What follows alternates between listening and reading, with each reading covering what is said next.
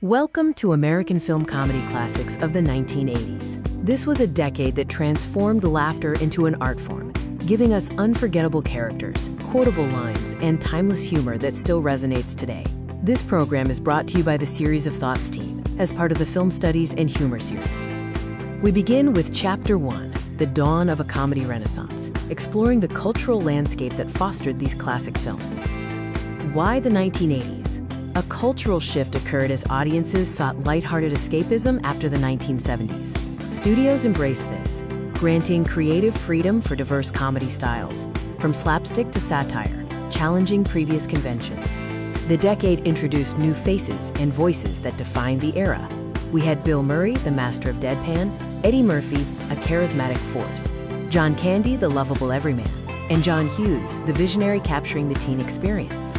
Chapter 2 focuses on the iconic films that defined the decade, starting with a 1980 favorite. Caddyshack, released in 1980, starred Bill Murray, Chevy Chase, and Rodney Dangerfield. Directed by Harold Ramis, this cult classic blended slapstick and irreverent humor.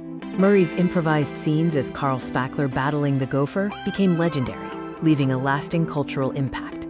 Also in 1980, Airplane delivered a revolutionary parody, averaging 3 jokes per minute. Leslie Nielsen's deadpan performance redefined his career. Lines like, "Don't call me Shirley," became embedded in popular culture forever.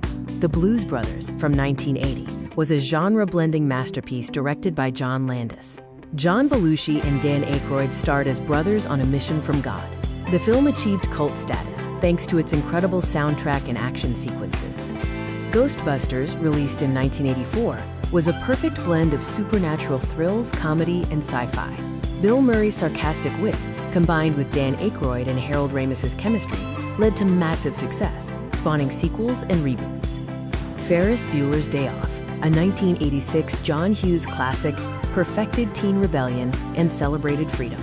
It broke the fourth wall and featured iconic Chicago scenes. Its enduring influence established the blueprint for coming-of-age films. Beverly Hills Cop, from 1984, was an action comedy directed by Martin Brest. It was Eddie Murphy's true film breakthrough, showcasing his improvisational genius. The film was the highest-grossing of 1984, boasting a legendary soundtrack. The Breakfast Club, another 1985 gem from John Hughes, was more than just comedy.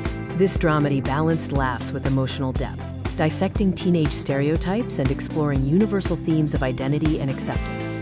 Trading Places, released in 1983, was a sharp social satire directed by John Landis. The perfect pairing of Eddie Murphy and Dan Aykroyd resulted in a box office triumph, offering thoughtful commentary on class and race. Police Academy, from 1984, featured an ensemble of misfits in a slapstick success. Its massive popularity led to 6 sequels, making it one of the decade's most successful comedy franchises. Coming to America, 1988, was a royal romance directed by John Landis. Eddie Murphy's mastery shone through as he played multiple roles, including Prince Akeem. It remains a cult favorite with lasting cultural impact.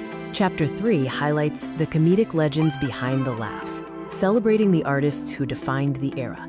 Bill Murray, the king of deadpan, transitioned from SNL to film, defining 80s comedy's tone. His deadpan delivery and brilliant improvisation left a lasting legacy, influencing generations of comedic actors. Eddie Murphy was the breakout star with a meteoric rise. His versatile genius combined stand-up intensity with character work, making him a cultural icon who broke barriers for Black actors in Hollywood. John Hughes, the teen comedy maestro, gave us an authentic voice for adolescent angst. He treated young people with empathy and respect, establishing the blueprint for thoughtful coming-of-age stories. John Landis, the master of genre-blending comedy, directed a diverse portfolio of hits. His signature style mixed music, comedy, and social satire with cinematic ambition, elevating comedy to spectacle.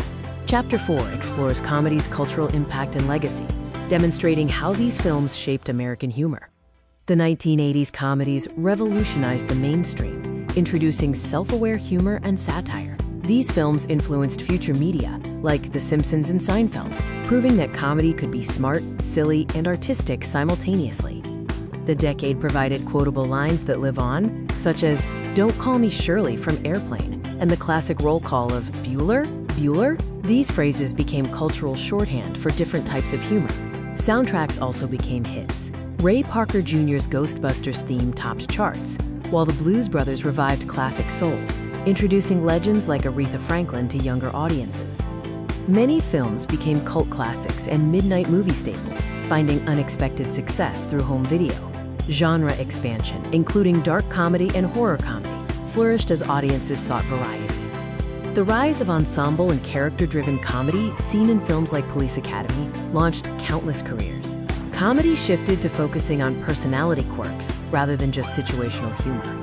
Chapter 5 delves into hidden gems and lesser-known classics that deserve recognition.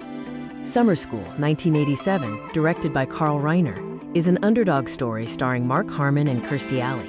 This overlooked classic blended heart and humor, showcasing the warmth of 80s comedy. The Burbs, 1989, directed by Joe Dante, is a dark suburban satire featuring Tom Hanks. It gained a devoted cult following for its blend of horror and comedy, with renewed interest today. Real Genius, 1985, starring Val Kilmer, was a brainy college comedy. It cleverly blended smart humor with sci-fi elements like laser weapons, proving comedy could be intellectually stimulating and accessible. Stripes, 1981, directed by Ivan Reitman, featured Bill Murray and John Candy as military misfits.